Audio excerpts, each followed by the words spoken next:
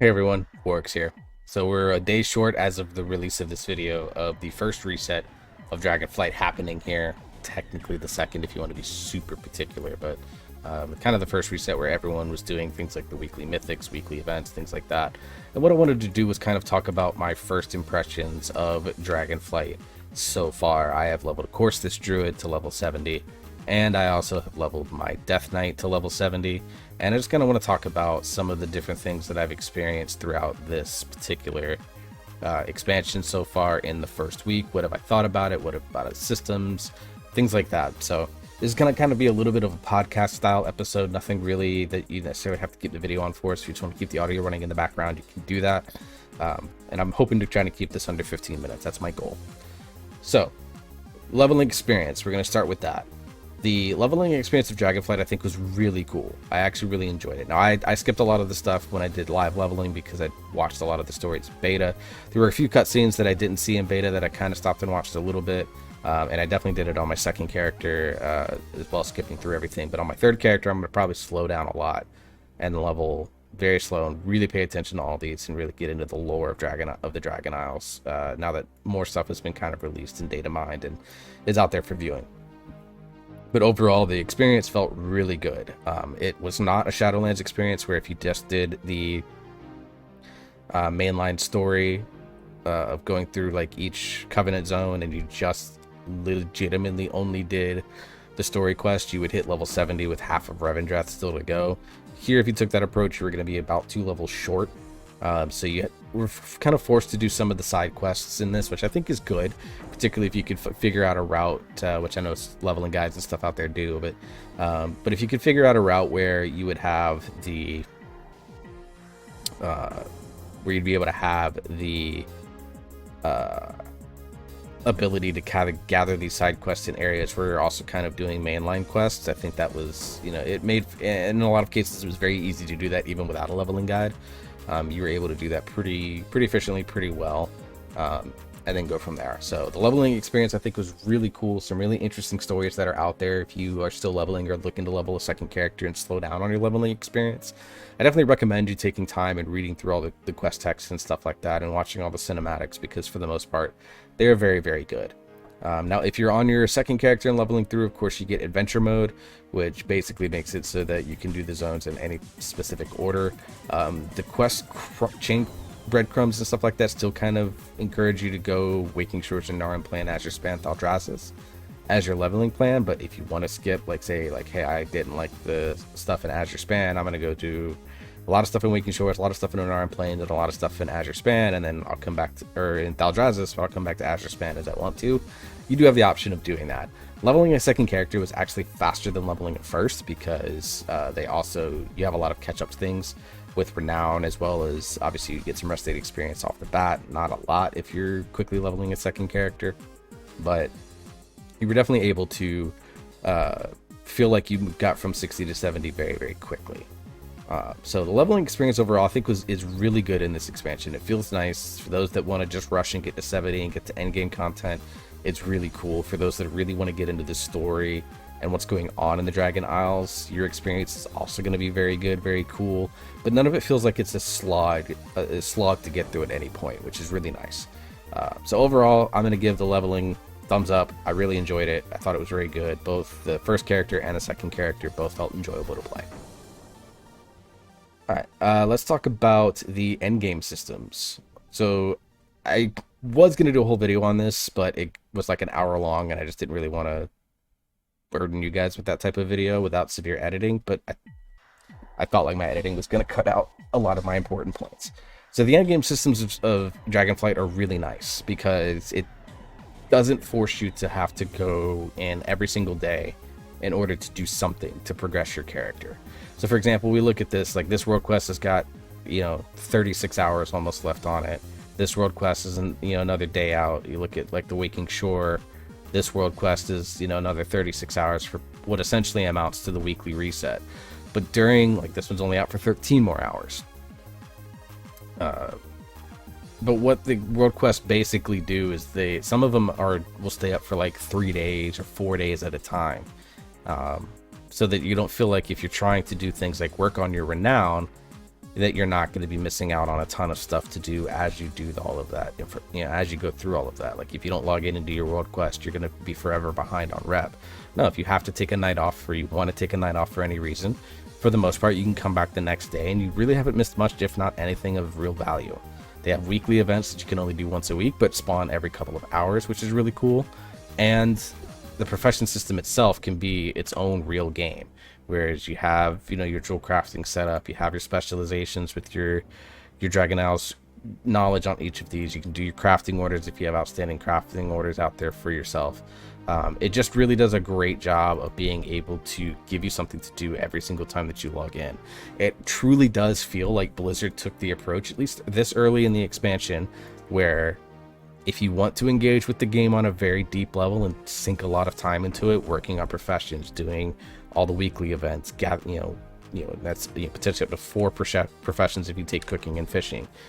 And professions here, like I've been playing this character a lot and I'm only at 75-58. I know there's people that are maxed out in both because this is what they truly engage in. But even if you engage in it on a even semi-hardcore level like I do, you're gonna have something to do almost all the time. Same goes for things like dragon riding. Dragon riding is a very, very, very cool system that I think should be implemented across World of Warcraft. The momentum-based gameplay keeps you engaged while traveling and traversing the universe, whereas flying, like if this was just a regular flying mount and I wanted to fly, towards Onaran Plains, say I wanted to fly to Marakai. Onaran Plains is this zone. So I wanted to fly to Marakai. I would just basically jump off, hit auto run, and I would probably just AFK for the next couple of minutes. Whereas here, not only am I getting there faster, but it's more engaging gameplay to do so. Now, to get this type of dragon riding, you do have to go around and get glyphs throughout the world. Wildhead, of course, has different routes for them. But you can either do this really quickly, like I did, or you can take your time with it, like I know a couple of other folks in my community and stuff like that have done, where they didn't rush to get the glyphs. They kind of got the ones they got while they were leveling, and then once they got leveling and got some other of their priorities done, then they went back and got the dragon riding glyphs, just because it was something to do. And you could spend a good solid hour and a half trying to get there. And then of course Mythic Zeros are actually really simple. I think some of the pug community is overestimating the type of gear level that you need in order to do Mythic Zeros. But Zeros right now are very easy, and it's a good way to get 372 gear. For me, let's see, that, like, if it's 372, it came from a Mythic Zero, and as you can see, that is the majority of my gear. Shoulders and weapon aside. A couple of these came from events. I crafted this ring, grinded a reputation for this ring. But for the most part, you can see that, like, if it's 372 on my slot, I probably got it from Mythic Zero. And I did this at essentially 310 eye level. So, the end game experience, I think, is really nice because you don't feel like you have to do something all the time, or you have to sink hours and hours and hours into doing everything every single day. Like, I didn't play at all yesterday because I had my son. I played very little on Thursday and Friday night. Friday I did some, but on like Thursday night, I kind of took some time away from the game to avoid a little bit of burnout, and I missed basically nothing. And that's a really nice feeling to have. And if anything, it makes me want to get back into the game more, because it's like I'm doing things because I enjoy doing them, not because I feel like I'm being forced to do them, like I was with Torghast, with working in the mall to get your conduits in the first patch of Shadowlands. Things like that, which made me just not do them. I did my 2 weekly Torghast and that was it. I didn't want to do Torghast anymore after that. I really didn't do them all at all, because I just didn't feel like it was worth my time.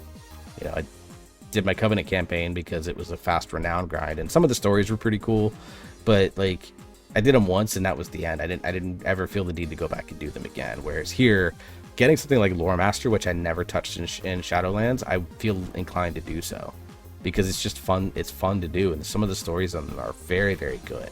And I think that's a really nice difference from Shadowlands, is that everything that I'm doing in this game is I'm doing it because I want to do it, not because I'm feeling forced to do it, which is, I think, a very fresh approach. And for me, it makes me want to get back into the game more rather than drive my playtime away.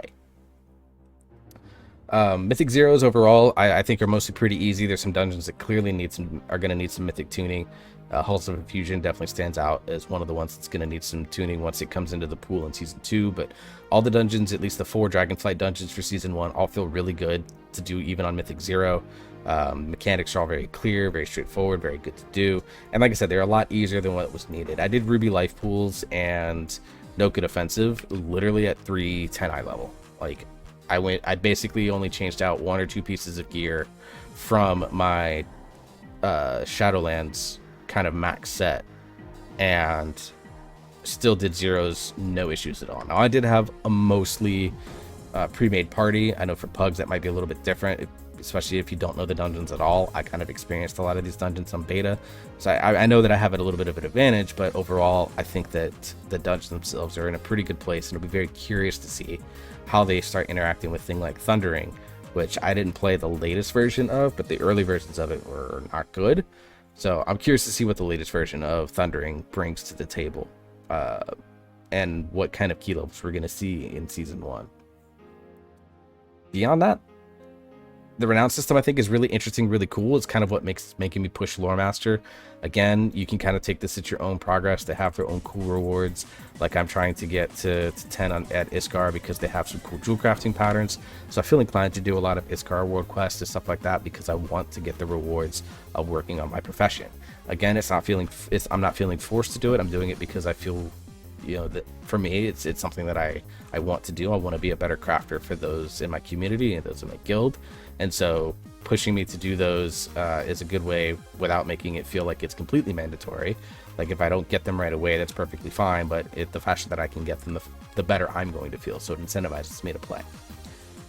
So overall, the first impressions of Dragonflight have been very positive. I know there's some doomers on Twitter that I've seen, particularly from folks in high-end guilds, that are like, oh, this is still just the beta test. I'm waiting for all the release. Because, like, whatever. Like, those people can go take their opinions and shove it up their ass, frankly. I no longer have time for you on my Twitter timeline. I respected you for other takes, but I'm slowly losing respect for your doomerism, meme trolling. It's just awful. In fact, there's someone that made a list of everything that they're still looking forward to do in Dragonflight over Shadowlands. Like, people love Shadowlands from you're like, oh, we all love Shadowlands from the start. Like, no, I didn't love Shadowlands from the start. Like, we all saw the problems with covenants. We all saw the problems with class balance and class tuning. We all, like, there was a lot of people that were like, man, this is, and then the fact that it got delayed a couple times. We knew they were working through a pandemic. The stuff that happened at Blizzard that came out in the summer of 2021, I think, all kind of put a level of like wet rag on the excitement around Shadowlands, and it kind of lingered for the rest of the expansion until really 9.2. Dragonflight is kind of Blizzard's first chance to kind of rectify a lot of mistakes of their past, and I think they've done a good job. The first impression is often the one that's going to last the longest with you, and for me, the first impression of this is that it's going to be that I'm going to enjoy this expansion. So just wanted to give my thoughts on my initial impressions of Dragonflight and get them out there for you. For WoW videos later this week, I am going to do a Feral Druid guide. That's the next guide I'm working on now, and I'm going to talk about like the ease of gearing at the start of the season, as we are just a few days now, almost a week out from Raid and Mythic Plus season being available for us to go diving into and really sink our teeth into some true endgame content. So until the next video, I hope you're all staying safe. I hope you're enjoying yourself, you're having fun, you keep on gaming, and I will see you all in the next video.